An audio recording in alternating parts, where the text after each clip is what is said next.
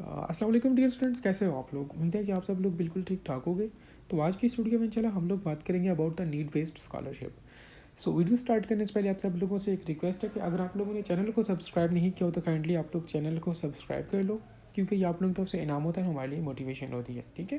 Second thing is that आप सब लोग कोशिश करो कि वीडियो को बिल्कुल लास्ट तक देखो, सो दैट आप लोगों से किसी भी किस्म का पॉइंट जो है वो मिस ना हो, ताकि एप्लीकेशन फॉर्म फिल करते वक्त आप लोगों को जो है वो कोई मसला ना हो। ठीक है। सो वीडियो को फर्दर प्रोसीड करने से पहले आप लोगों के साथ एक वॉइस नोट है टीचर की, वो मैं शेयर करना चाहता हूँ, तो आप सुन ले पहले। बिस्मिल्लाहिर्रहमानिर्रहीम। अस्सलाम वालेकुम बच्चे। भी जितने भी फर्स्ट सेमेस्टर के स्टूडेंट्स हैं उनके लिए मैंने ये नीड बेस्ड स्कॉलरशिप का लिंक ग्रुप में शेयर किया है। आप लोग यहाँ जाएं, इसको ओपन करें, इसको समझें। इसके डाउनलोड में फॉर्म भी पड़ा है, वो भी डाउनलोड करें और उसमें जितनी भी रिक्वायरमेंट्स है वो सारी फिल करके उसके साथ अटैच करें। मैं फिर से बता रहा हूँ, ये सिर्फ फर्स्ट सेमेस्टर के स्टूडेंट्स के लिए, बाकी स्टूडेंट इसके लिए अप्लाई ना करें। और जितने भी फर्स्ट सेमेस्टर के CRGR हैं उनसे रिक्वेस्ट है कि ये फॉर्म इनसे लेकर 14 अप्रैल से पहले पहले मेरे ऑफिस में मुझे जमा करना है। लेकिन अच्छी बात ये होगी कि आप सबसे लेकर जितने भी लोग अप्लाई करना चाहते हैं जो डिज़र्विंग है, उनसे फॉर्म लेके 14 से पहले पहले मेरे ऑफिस में CRGR की रिस्पॉन्सिबिलिटी है कि ये जमा करने हैं। और प्लीज़ मैं फिर से कह रहा हूँ, ये गरीब लोगों के लिए है। अगर आप में से कोई गरीब नहीं है और उनको पता भी है कि यार मैं एलिजिबल नहीं हूँ या मैं हकदार नहीं, तो वो अप्लाई ना करें प्लीज़। ये गरीबों का हक है और उनके लिए छोड़ दें please, because it need based. Thank you. तो जैसा कि आप लोगों ने जो है वो वॉइस नोट में सारी इन्फॉर्मेशन जो है वो सारी डिटेल्स जो है वो सुन ली होंगी। तो आप लोग ये ध्यान में रखो कि हमारे पास ये जो नीड बेस्ड स्कॉलरशिप है ये सिर्फ और सिर्फ फर्स्ट सेमेस्टर के स्टूडेंट्स के लिए है। आप लोग कमेंट सेक्शन के अंदर ये चीज़ हरगिज़ मुझसे ना पूछो कि मैं सेकंड सेमेस्टर में हूँ, मैं थर्ड सेमेस्टर में हूँ या जो भी, तो क्या मैं अप्लाई कर सकता हूँ। तो नहीं यार, आप लोग इसमें अप्लाई नहीं कर सकते, सिंपल इज़ दैट। ठीक हो गया। अब यहाँ पर फर्दर मोर ये कि अब दूसरा जो स्टूडेंट्स का जो क्वेश्चन होगा वो यही होगा कि ये फॉर्म उनको कहाँ से मिलेगा। तो ये फॉर्म जो है वो मैं आप लोगों को लिंक जो है वो डिस्क्रिप्शन बॉक्स में या कमेंट सेक्शन के अंदर पिन कर दूंगा। आप लोग उस पर क्लिक करते हुए इसको डाउनलोड कर सकते हैं, इसको प्रिंट करवा सकते हैं। प्रिंट करवाने के बाद आप लोगों ने बाय हैंड इसको फिल करना है। ठीक हो गया। फिल करने के बाद आप लोगों ने क्या करना है कि अपने CRGR को या डायरेक्टली अपने एडमिन ऑफिस में इस फॉर्म को जो है आप लोगों ने पहुंचाना है 14 अप्रैल से पहले पहले। एक और चीज़ आप लोग अपने ध्यान में रख लो कि ये जो स्कॉलरशिप है ये सिर्फ डिजर्विंग स्टूडेंट्स के लिए है। ये उन्हीं स्टूडेंट्स के लिए जो कि अपनी सेमेस्टर की फ़ी पे नहीं कर सकते। ठीक है। वो स्टूडेंट्स जिनको लगता है कि वो ईजिली अपने सेमेस्टर की फ़ी पे कर सकते हैं, ठीक है, तो वो इसके लिए एलिजिबल नहीं है, तो वो काइंडली इसमें अप्लाई ना करें। ठीक है। ये जिनका हक है ये उनको मिलने दें। ठीक हो गया। अब यहाँ पर एक क्वेश्चन ये भी मिलेगा कि मैं प्राइवेट इंस्टीट्यूट्स में, तो क्या मैं इसमें अप्लाई कर सकता हूँ। नहीं यार, इसमें प्राइवेट्स वाले भी अप्लाई नहीं कर सकते, ये सिर्फ और सिर्फ गवर्नमेंट इंस्टीट्यूट्स के स्टूडेंट्स के लिए है। ठीक है। अब यहाँ पे स्पेसिफिकली हम लोग KMU की बात करें तो अब KMU में डिफरेंट कैंपसेज हैं। ठीक है। अब जो बाकी कैंपसेज के स्टूडेंट हैं मेन कैंपस के अलावा, तो उन्होंने क्या करना है कि इस एप्लीकेशन फॉर्म को फिल करके अपने एडमिन ऑफिस में सबमिट कर देना है। ठीक है। सो ये थी जी ऑल अबाउट डिटेल्स। अब हम लोग नेक्स्ट जो है वो देखते हैं, इस फॉर्म में मोटी मोटी चीज़ें हम लोग डिस्कस कर लेते हैं कि इसमें आप लोगों ने कौन कौन सी इन्फॉर्मेशन देनी है और किस किस तरह से देनी है, सो दैट बाद में आप लोगों को जो है वो फॉर्म फिल करते वक्त कोई मसला ना हो। ठीक है। सो जो है वो हम लोग चलते हैं कि हम लोगों ने इस फॉर्म को फिल किस तरह से करना है। तो फर्स्ट ऑफ ऑल इसमें आप लोग देख सकते हो कि सबसे टॉप पे लिखा हुआ है नेम ऑफ यूनिवर्सिटी। यहाँ पे आप लोगों ने अपनी यूनिवर्सिटी का नाम लिखना है and don't forget to mention your campus. ठीक है। फर्दर मोर ये आप लोग उसको नीचे देख सकते हो कि डिग्री, टाइटल या प्रोग्राम, आप लोग किस प्रोग्राम से हो, DPT से हो, BSN से हो, पैरामेडिक से हो, वो आप लोगों ने यहाँ पे मेंशन कर लेना है। अब नीचे आप लोग पॉइंट नंबर 1 में देख सकते हो कि उसने बोला है कि एप्लीकेंट नेम, आप लोगों ने अपना नेम मेंशन करना है और कोशिश करें कि ब्लैक पेन यूज़ करें और इसमें जो है आप लोग ब्लॉक लेटर्स में लिखें। ठीक है। वो ज़्यादा मीन्स उसमें आगे जाकर किसी किस्म का मसला नहीं होता। ठीक है। मीन्स वो इजीली समझ आ जाते हैं। सो ब्लॉक लेटर्स में लिखें और ब्लैक पेन से लिखें। ठीक है। फर्दर ये कि आप लोगों से उसने जेंडर का पूछा हुआ है, मेल या फीमेल जो भी है वो आप लोग यहाँ पे मेंशन कर देंगे। नीचे पॉइंट नंबर 2 में कहता है एप्लीकेंट नादरा या NIC नंबर, आप लोगों ने यहाँ पे शनाख्ती कार्ड नंबर मेंशन करना है। पॉइंट नंबर 3 में उसने आपसे मैरिटल स्टेटस का पूछा, आप लोग सिंगल हो, मैरिड हो या डाइवर्स्ड हो, जो भी हो। स्टूडेंट्स हो तो ऑब्वियसली मोस्टली सिंगल्स ही होते हैं। आप लोगों ने उसके अकॉर्डिंगली इसको फिल कर लेना है। आफ्टर दैट आप लोगों से पॉइंट नंबर 4 में उसने आपकी एज और आपके डोमिसाइल का पूछा है, आप लोगों ने अपनी एज मेंशन करनी है और डोमिसाइल का मेंशन करना है कि आप लोग जो है वो KPK से और KPK में फर्दर आप लोग किस सिटी से हो। ठीक है। पेशावर, एबटाबाद या जो भी। नेक्स्ट पॉइंट नंबर 5 में आप लोगों ने पॉइंट नंबर 5 और 6 में आप लोगों ने अपना एड्रेस मेंशन करना है। यहाँ पे आप लोग वही एड्रेस मेंशन करें जो कि आप लोगों का CNIC पे है, या वो एड्रेस मेंशन करें जो जिसमें आप लोग करंटली जो है वो मीन्स रह रहे हैं। ठीक है। पॉइंट नंबर 7 में कहता है कि आर यू करंटली वर्किंग। तो अब मोस्टली स्टूडेंट्स तो काम नहीं कर रहे होते, तो वो जो है वो इस पर जो है वो नो टिक करेंगे, ठीक है। कोशिश करें कि टिक चाहे वो इस बॉक्स के अंदर ही हो, बाहर या इधर उधर ना हो। मीन्स डिसेंट तरीके से आप लोग इस फॉर्म को फिल करेंगे, ठीक है।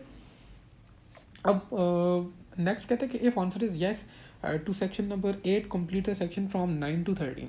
अगर आप लोग काम कर रहे हो, ठीक है, आप लोगों ने अगर पॉइंट नंबर 7 में येस टिक किया तो आप लोग जो है वो 8 से 13 तक फिल करोगे। लेकिन अगर आप लोग वर्क नहीं कर रहे, काम नहीं कर रहे, आप लोगों ने नो सेलेक्ट किया, तो फिर आप लोग जो है वो पॉइंट नंबर 8 से लेकर 13 तक जो है वो स्किप करोगे, क्योंकि ये आपके रिलेटेड नहीं है, ठीक है। अब मोस्टली स्टूडेंट्स ने जो है वो नो क्लिक किया होगा, तो हम लोग डायरेक्टली जो है पॉइंट नंबर 14 पर जाएंगे। लेकिन वो स्टूडेंट्स जिन्होंने यहाँ पर येस क्लिक किया है, वो साथ साथ काम भी करते हैं, तो वो यहाँ पर रिक्वायरमेंट्स के अकॉर्डिंगली अपनी डिटेल्स जो है वो पुट कर लें कि वो क्या काम करते हैं, कितना कमाते हैं, ठीक है, उनकी अर्निंग कितनी है, जो भी मीन सैलरी वगैरह, ठीक है। अब मोस्टली स्टूडेंट्स ने नो टिक किया होगा, क्योंकि स्टूडेंट्स मोस्टली काम नहीं कर रहे होते हैं, स्पेशली पाकिस्तान में। तो हम लोग जो है वो डायरेक्टली फिर पॉइंट नंबर 14 की तरफ आते हैं। 14 में जस्ट आप लोगों ने अपनी जो है वो फैमिली की टोटल इनकम लिखनी है, ठीक है। आप लोगों के जो है वो कितनी इनकम होती है, जितने भी बंदे आप लोगों की फैमिली में जो है वो अर्न करते हैं, उनकी कंबाइन करके यहाँ पे आप लोगों ने पॉइंट नंबर 14 में जो है वो मेंशन कर देनी है, ठीक हो गया। सॉरी मैं इसको नीचे करना भूल गया, ये रहा पॉइंट नंबर 14, ठीक है। उम्मीद है कि आप लोगों को पॉइंट नंबर 14 तक सब कुछ समझ आ चुका होगा। नेक्स्ट आप लोग देख सकते हो पॉइंट नंबर 15 में आप लोगों ने अपने brother, sister, children, family members की जो है वो इन्फॉर्मेशन देनी है कि उनमें कौन कौन जो है वो स्टडी कर रहा है, कौन कौन जो है वो स्टडी नहीं कर रहा है। ये सारी इन्फॉर्मेशन आप लोगों ने पॉइंट नंबर 15 में देनी है। आप लोग यहाँ पे देख सकते हो नेम वाला कॉलम जो बना हुआ है, इसमें आप लोगों ने अपने बहन भाई जो भी है जो कि स्टडी कर रहे हैं उनके नाम लिखने हैं। नेक्स्ट कॉलम में आप लोग देख सकते हो रिलेशन विद एप्लीकेंट, कि वो आपका भाई है, बहन है, क्या है, वो आप लोगों ने यहाँ पे मेंशन करना है। नेक्स्ट उसमें आप लोगों ने name and address of institute, आप लोगों ने इंस्टीट्यूट का नेम जो है वो यहाँ पर मेंशन कर ले, ठीक है। एंड फर्दर जो है वो आप लोगों ने जो लास्ट कॉलम बना हुआ है उसमें क्या करना है कि उन बहन भाइयों की जो मींस मंथली आप लोग जो फ़ी पे करते हो, ठीक है, स्कूल्स में, तो वो आप लोगों ने मेंशन करनी है, ठीक है। अगर आप लोगों के बहन भाई जो है वो किसी गवर्नमेंट इंस्टीट्यूट में स्टडी करते हैं, पढ़ते हैं, फिर आप लोग जो है यहाँ पर कुछ नहीं स्टडी मीन्स कुछ भी मेंशन नहीं करोगे, ठीक है। लास्ट में जो है वो आप लोगों ने total fees and tuition charges जो है वो मीन्स आप लोगों के बहन भाइयों की जितनी भी फीसेज हैं उनको कंबाइन करके ये लास्ट वाले कॉलम में जो है वो एज इट इज जो है वो लिख लेना है, ठीक हो गया। अब नेक्स्ट हमारे पास जो है वो पॉइंट नंबर 16 में कहता है, अब पॉइंट नंबर 16 से आगे वो आप लोगों के फादर की इन्फॉर्मेशन पूछ रहा है, ठीक है। सो आप लोग पॉइंट नंबर 16 से आगे जो है वो स्टार्ट करोगे। फर्स्ट ऑफ ऑल आप लोगों ने अपने फादर का नेम मेंशन करना है। आफ्टर दैट आप लोगों ने उनके CNIC बिल्कुल इसी के सामने वो मेंशन करना है। पॉइंट नंबर 17 में आप लोगों ने उनका स्टेटस बताना है कि वो मीन्स जिंदा है या डिसीज्ड है, तो ये आप लोगों ने अपने अकॉर्डिंगली जो है उसको फिल करना है। पॉइंट नंबर 18 में कहता है कि प्रोफेशनल स्टेटस, मीन वो एम्प्लॉयड है, रिटायर्ड है या बिजनेस ओनर है, मीन्स वो काम करते हैं, रिटायर हो चुके हैं या उनका अपना बिजनेस है, उसके अकॉर्डिंगली आप लोगों ने इसको टिक कर लेना है, ठीक है। फर्दर आप लोगों ने जो है वो अगर वो किसी कंपनी में काम करते हैं तो नेक्स्ट आप लोगों ने पॉइंट नंबर 19 में कंपनी का नेम सेलेक्ट कर लेना है, लिख लेना है। अगर किसी कंपनी में वर्क नहीं करते तो इसको आप लोग एज इट इज़ छोड़ दो, यहाँ पर लिख लो NIL, ठीक है, या NA मेंशन कर लो, मीन्स नॉट एनी, ठीक है। नेक्स्ट पॉइंट नंबर 21 में आप लोगों ने उनकी ऑक्यूपेशन बतानी है, मीन्स वो किस पोस्ट पे हैं, ठीक है। नेक्स्ट इसी के सामने NTN नंबर लिखा हुआ है। NTN नंबर आप लोग अपने फादर से पता करें, अगर वो गवर्नमेंट एम्प्लॉय हैं या जो भी, अगर उनके पास है तो यहाँ पर मेंशन कर लें, अदरवाइज़ ये इतना ज़रूरी नहीं है, ठीक है। आप लोग इसको स्किप कर सकते हो, इसमें जस्ट NA लिख लो, नॉट एनी, ठीक है। नेक्स्ट पॉइंट नंबर 22 में कहता है कि डेजिग्नेशन एंड ग्रेड, अगर आप लोगों के फादर अगर इन केस गवर्नमेंट ऑफिसर है तो उनका ग्रेड होता है, वो यहाँ पर आप लोगों ने मेंशन करना है। उसी के सामने आप लोगों ने जो है वो उनकी मंथली इनकम भी मेंशन करनी है।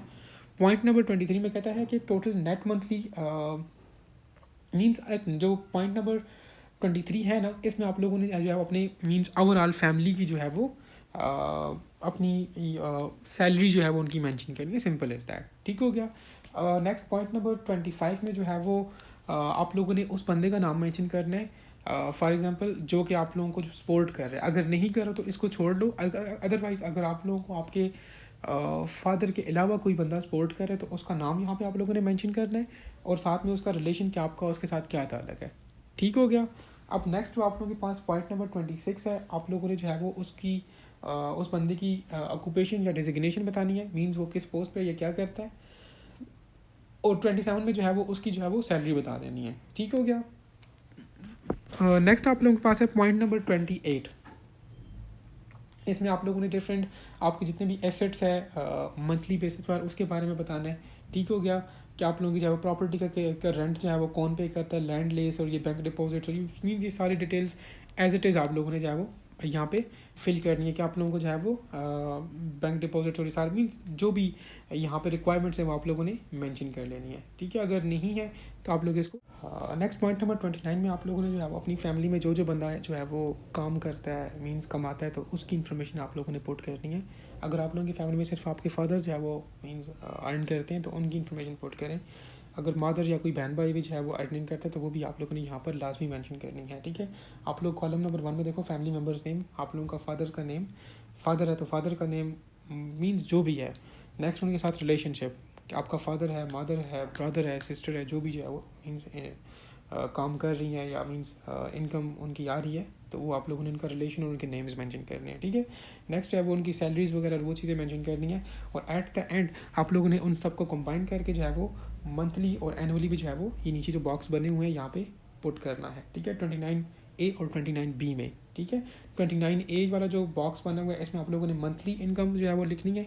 फिर जो है वो आप लोगों ने 29B वाला जो ऑप्शन बना हुआ है पॉइंट है उसमें आप लोगों ने जो है वो एनुअली भी लिखनी है, मीन्स पूरे साल का क्या सीन होता है तो वो भी आप लोगों ने प्लस करके जो है वो यहाँ पे मेंशन करनी है। ठीक हो गया। नेक्स्ट आप लोगों के पास जो पॉइंट नंबर 30 है। ठीक है, अब इसमें आप लोगों ने फैमिली के जो है वो डिफरेंट एक्सपेंडिचर्स और वो चीज़ें जो है वो मेंशन करनी है। ठीक है, तो इसमें हम लोग देख लेते हैं क्या क्या है। फर्स्ट ऑफ ऑल आप लोगों ने अपने जो अकोमोडेशन एक्सपेंडिचर्स हैं मीन्स जहाँ पे आप लोग रहते हो, जो जो आप लोगों का घर है उसके बारे में इंफॉर्मेशन देनी है। फर्स्ट ऑफ ऑल तो ये कि आप लोगों ने जिस घर में आप लोग रहते हो उसके बारे में बताना है कि वो बंगला है, अपार्टमेंट या फ्लैट है, टाउन हाउस है या विलेज हाउस है, जो भी है आप लोगों ने उस बॉक्स में जो है वो टिक कर लेना है। ठीक हो गया। अब इसी में जो हमारे पास जो दूसरी चीज़ है वो आप लोगों का स्टेटस है आपके घर का कि वो आप लोगों के मीन्स रेंटेड है, आप लोगों का किराए का है, आप लोगों का अपना है, फैमिली है, या आप लोगों को जो है वो को हुकूमत की तरफ से मिला हुआ है तो आप लोगों ने उसके अकॉर्डिंगली इसको टिक कर लेना। नेक्स्ट आप लोगों के पास रेंट पेमेंट मीन्स सेल्फ है, आप लोगों का अपना घर है या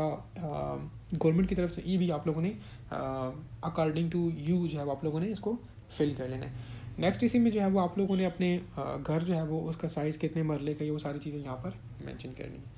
नेक्स्ट आप लोग जो है वो देखो इसी में आता है हमारे पास अकोमोडेशन मीन्स जहाँ पे आप लोग रहते हो ना, आप लोगों ने इसमें ये जो चार्ट सा बना हुआ है, टेबल बना हुआ है सॉरी, इसमें जो पहला कॉलम है अकोमोडेशन लोकेशन या एड्रेस मीन्स जिस घर में आप लोग रहते हो। ठीक है, जो आप लोगों का प्रेजेंट एड्रेस है वो आप लोगों ने यहाँ पर एड्रेस उसका लिखना है। ठीक है, लोकेशन या एड्रेस एक ही बात है। नेक्स्ट कॉलम में देखो उसने पूछा नंबर ऑफ बेडरूम्स, आप लोगों के घर में कितने कमरे हैं वो आप लोगों ने मेंशन करने हैं। ठीक है, जिस 1 से 2 हैं, 2 से 4 हैं, 4 से 6 हैं या 6 से ज़्यादा हैं, जो भी हैं उसके बॉक्स में टिक कर लें। नेक्स्ट में देखो कहता है कि नंबर ऑफ़ एयर कंडीशनर्स, तो अगर आप लोगों के घर में एसीज़ वगैरह यूज़ नहीं होते तो आप लोग यहाँ पे कोई भी ऑप्शन टिक ना करें, अगर यूज़ होते हैं तो वो आप लोग उसके अकॉर्डिंगली लिख लें। ठीक है, नेक्स्ट जो है वो आप लोगों ने जो है वो बताना है कि अगर वो रेंटेड है तो उसका कितना रेंट देते हो, और जो भी मीन्स खर्चा शर्चा आता है तो वो आप लोगों ने मेंशन कर देना है। नीचे एक पॉइंट में आप लोगों से पूछता है कि एनी अदर हाउस और flat owned by the parents guardian, if yes please specify with the location and size. अगर कहते हैं कि आप लोग ये जिस घर में रहते हो इसके अलावा भी अगर आप लोगों के घर या कोई इसमें से प्लॉट वगैरह है तो उसकी इन्फॉर्मेशन आप लोगों ने यहाँ पर देनी है। ठीक है, यस लिख के आगे उसकी लोकेशन दे देनी है, simple as that.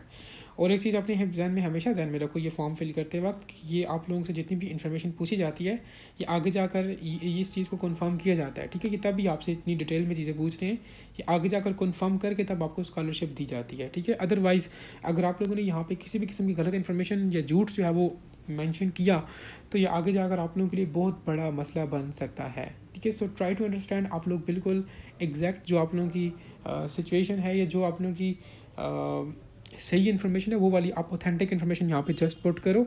Means extra information या झूठ यहाँ पर बिल्कुल भी नहीं लिखना। ठीक है, ये सारा कुछ चेक होता है, ये मैं आप लोगों को पहले बता दूँ। ठीक हो गया।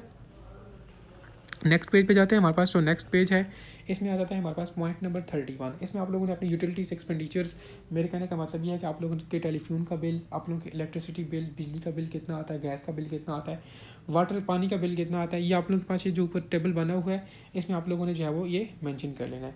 नेक्स्ट पॉइंट नंबर 32 में कहता है कि आप लोगों के मेडिकल एक्सपेंडिचर्स कितने होते हैं। ठीक है, लास्ट 6 मंथ के आप लोगों के घर में जितनी भी ये जो आप लोगों के डॉक्टर्स की बिल्स वगैरह मेडिकल एक्सपेंडिचर्स हैं उनको ऐड करो और यहाँ पे मेंशन कर लो, सिंपल एज दैट। ठीक हो गया। ये पॉइंट नंबर 32 में ये टेबल वगैरह बना हुआ है, इसमें आप लोगों ने जस्ट यही मेंशन करना है। ठीक हो गया। और फर्दर जो है वो ये नीचे ये सारा मेडिकल के बारे में ही है, ठीक है। आप लोग अगर इंटरेस्टेड हो या आप लोगों के पास ये इन्फॉर्मेशन है तो आप लोग इसको लिख सकते हो, अदरवाइज़ इसको आप छोड़ दो। लेकिन अगर हो सके तो इसको लाजमी लिख लो, ठीक है। अपना जितना भी आप लोगों का ये हॉस्पिटल्स वगैरह पर या इस तरह का खर्चा जो भी आता है। अब यहाँ पर नेक्स्ट आप लोगों ने क्या करना है, नेक्स्ट ये जो टेबल बना हुआ है इसमें आप लोगों ने जो है वो ये टेबल नंबर, ये जो बिल्कुल अब ये टॉप पर जो टेबल आ गया है, इसमें फ़र्स्ट ऑफ ऑल आप लोगों ने क्या करना है कि सेक्शन नंबर 99A में आप लोगों ने लिखना है कि आप लोगों की टोटल मंथली इनकम कितनी है आप लोगों के घर में, ठीक हो गया। अब आप लोगों ने वो मेंशन करनी है। आफ्टर दैट आप लोग देख सकते हो कहते हैं टोटल मंथली एक्सपेंडिचर्स। अब टोटल मंथली इनकम कितनी है आपकी, मीन्स आपके अब्बू या जो भी जितना कमाते हैं, फॉर एग्जांपल कोई स्टूडेंट है या जो भी उसके पेरेंट्स, उसके अब्बू जो है वो 30,000 कमाते हैं महीने का, तो वो जो है वो ये कॉलम 1 जो है वो इसमें जो लिखा हुआ है total monthly income section 29A जहाँ पे लिखा हुआ है, इसके सामने लिख लेंगे 30,000, ठीक है। अब उसमें जो है वो आप लोगों ने नेक्स्ट जो लिखा हुआ है कि टोटल मंथली एक्सपेंडिचर्स, मतलब कि आप लोगों के अब्बू अगर 30,000 कमाते हैं तो आप लोगों का महीने का खर्चा कितना हो जाता है, क्या आप लोग 30,000 में सारा खर्चा बर्दाश्त कर लेते हो, ये आप लोगों ने लिखना है कि हाँ जी हमारा मंथली, हम लोग कमाते भी 30,000 हैं और जो लगाते हैं वो 20-25 जितना भी आप लोगों का लगता है, आप लोगों ने अपने अकॉर्डिंगली यहाँ पे मेंशन कर लेना है। अब यहाँ पर जो है वो जो नीचे ये बना हुआ है टेबल, ये सेम वही टेबल है, ठीक है। इसको आप लोग स्किप करो। नीचे एक पॉइंट लिखा हुआ है, ये बहुत इंपॉर्टेंट है और काफ़ी ज़्यादा स्टूडेंट्स इसमें बहुत ज़्यादा कन्फ्यूज होते हैं, आप लोग इसको समझने की कोशिश करो। कहते हैं कि इफ द मंथली और annual disposable income is negative, kindly explain the reason for the gap and the arrangements to which the differential gap is met by the family. देखो फॉर एग्जांपल एक स्टूडेंट है, उसके father, हमने बात की कि वो 30,000 कमाते हैं, ठीक हो गया। अब फर्दर हम लोगों ने ऊपर जो बताया कि हमारे पास 30,000 कमाते हैं, लेकिन खर्चा हमारे पास अगर 30 के अंदर अंदर आप लोगों का खर्चा पूरा हो जाता है, आपके एक्सपेंडिचर्स पूरे हो जाते हैं, फिर तो आपकी ये जो वैल्यू होगी टोटल वैल्यू, ठीक है, नेट एनुअल डिपॉजिट वैल्यू, चलो वो तो पॉजिटिव में आ जाएगी, ठीक है। लेकिन फॉर एग्जांपल कोई स्टूडेंट है, उसके फादर जो है वो 30,000 कमाते हैं लेकिन खर्चा उनका 40,000 है। अब अगर इसका आप लोग नेट फाइंड करोगे, नेट किस तरह फाइंड करते हैं, आप लोग 30,000 कमाते हो, 30,000 में से आप लोग माइनस करोगे 40,000 को, क्योंकि 30,000 आप कमाते हो, 40,000 आपका खर्चा आ जाता है। तो अगर आप इसको माइनस करो तो आप लोग देख सकते हो कि जो वैल्यू होगी -10,000 वो नेगेटिव में आएगी। तो अब ये इस क्वेश्चन में वो ये पूछ रहा है कि ये नेगेटिव क्यों है, और अगर ये नेगेटिव आपकी आ गई है तो ये जो एक्स्ट्रा 10,000 आपका खर्चा हो रहा है ये आप लोग किस तरह पूरा करते हो। तो आप लोगों ने यहाँ पर ये रीज़न लिखनी है। आप लोग इसमें लिख सकते हो कि हाँ हमारा 30,000 जो है वो, ये जो भी आप लोगों का है, इतना हमारा मंथली इनकम है, लेकिन हमारे खर्चे 40,000 हैं या जितने भी हैं, मीन्स इनकम से ज़्यादा हमारे एक्सपेंडिचर्स हैं। और जो फर्दर हमारे पास फर्दर जो मीन्स होते हैं वो हमारा आपके अंकल हेल्प करते हैं या जो भी आप लोगों की हेल्प करते हैं, आप लोगों ने वो डिटेल्स मीन लिख लेनी है कि हाँ आप लोगों के अंकल जो है वो या जो भी आपकी हेल्प करते हैं वो मीन्स उस तरह से आप लोगों ने एक स्टेटमेंट जो है वो यहाँ पे मेंशन करनी है कि इस वजह से हमारा जो है वो ये नेगेटिव वैल्यूज़ आ रही हैं। अगर आपकी वैल्यूज़ पॉजिटिव है, मीन्स आप जितने कमाते हो, आपके अबू जितने कमाते हैं, उसी के अंदर अंदर आपका मीन्स वो हो जाता है गुजारा या एक्सपेंडिचर्स पूरे हो जाते हैं, तो फिर तो वैल्यू आपकी पॉजिटिव में आएगी, ठीक है।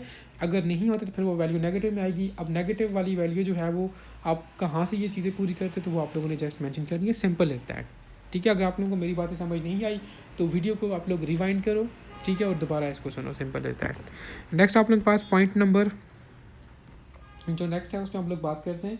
अब उसमें आप लोगों ने अपने एसेट्स वगैरह लिखने हैं, ठीक है। इसमें आप लोगों ने मेंशन करना है पॉइंट नंबर 36 में आप लोग देख सकते हो कि does the family own any transport, means आप लोग घर में कोई ट्रांसपोर्ट है, कोई गाड़ियाँ शाड़ियाँ, कोई मोटरसाइकिल वगैरह इस तरह से चीज़ें हैं तो आप लोग वो बताओगे।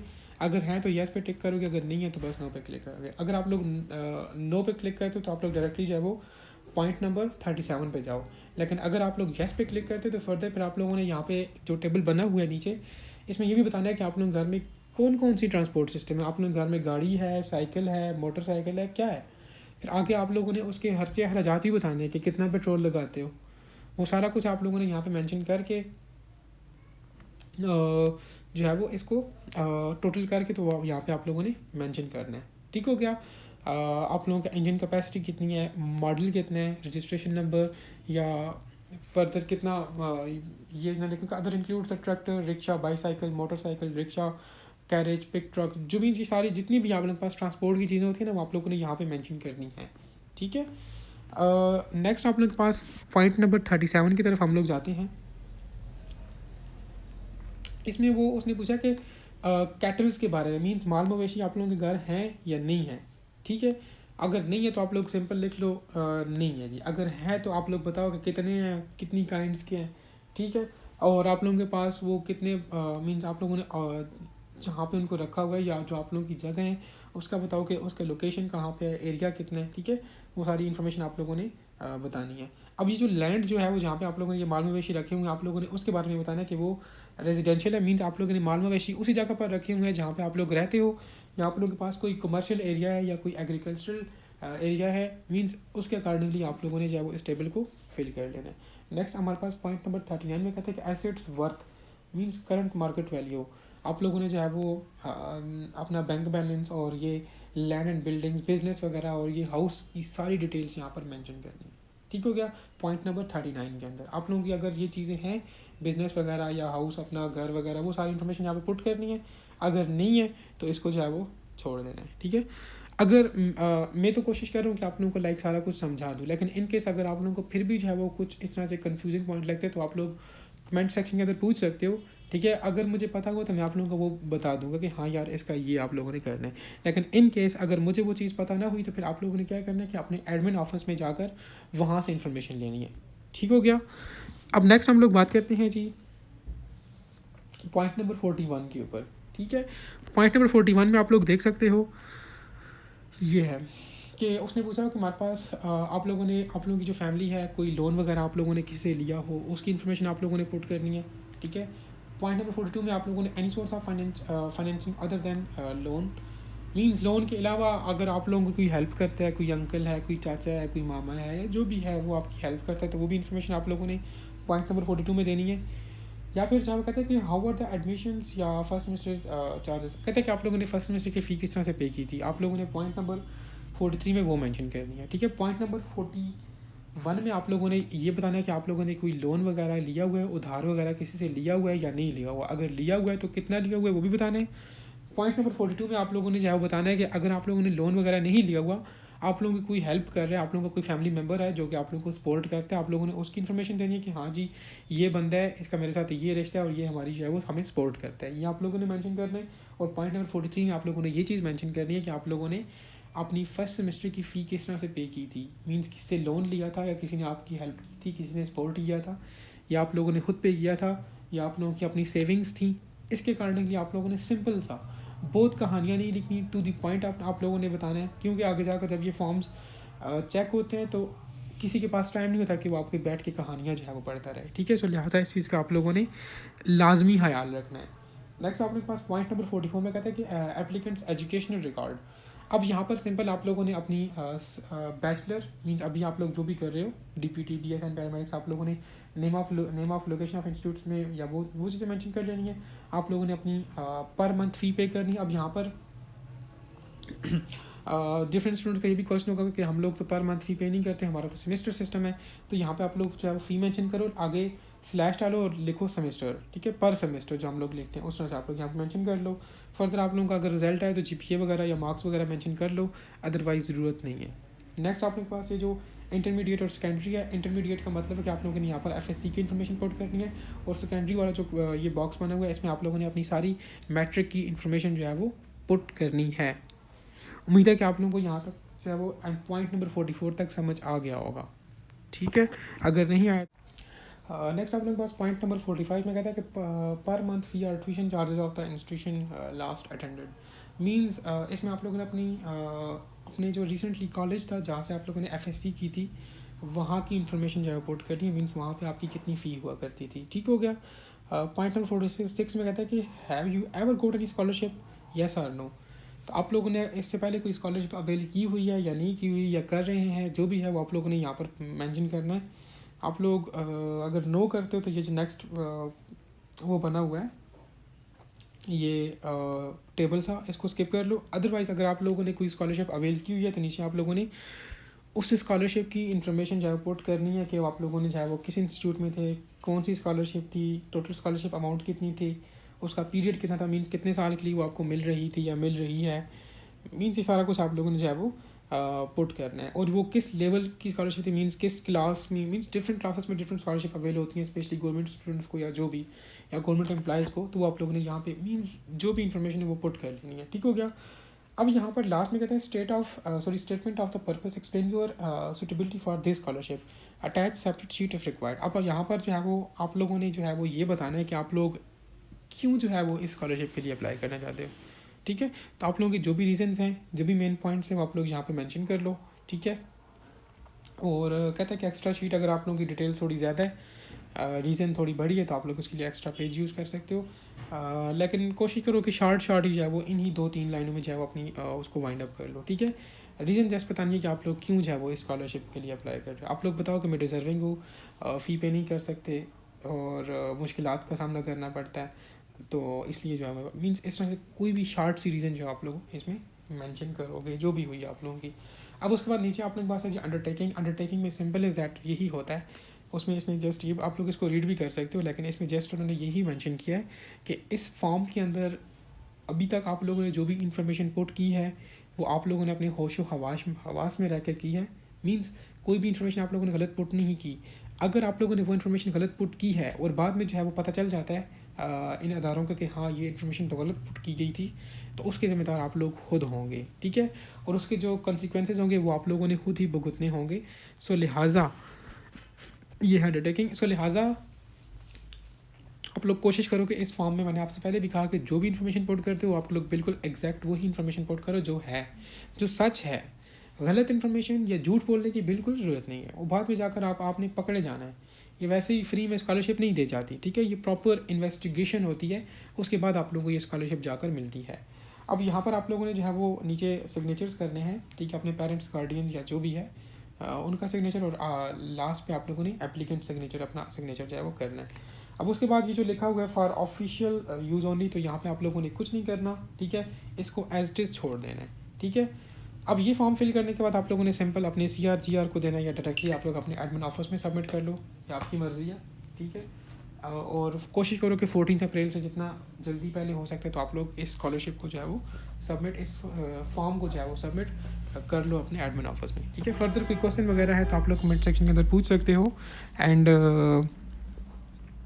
अगर उस क्वेश्चन का आंसर मैंने भी ना दे सका किसी भी वजह से, तो आप लोग कोशिश करें कि वो आप लोग अपने एडमिन ऑफिस से वो जो है वो कंसर्न कर ले, उनसे पूछ लें कि यहाँ पे क्या करना है, या मीन्स कोई भी मसला हो। ठीक है, सो उम्मीद है कि आप लोगों को जो है वो समझ आ गई होगी।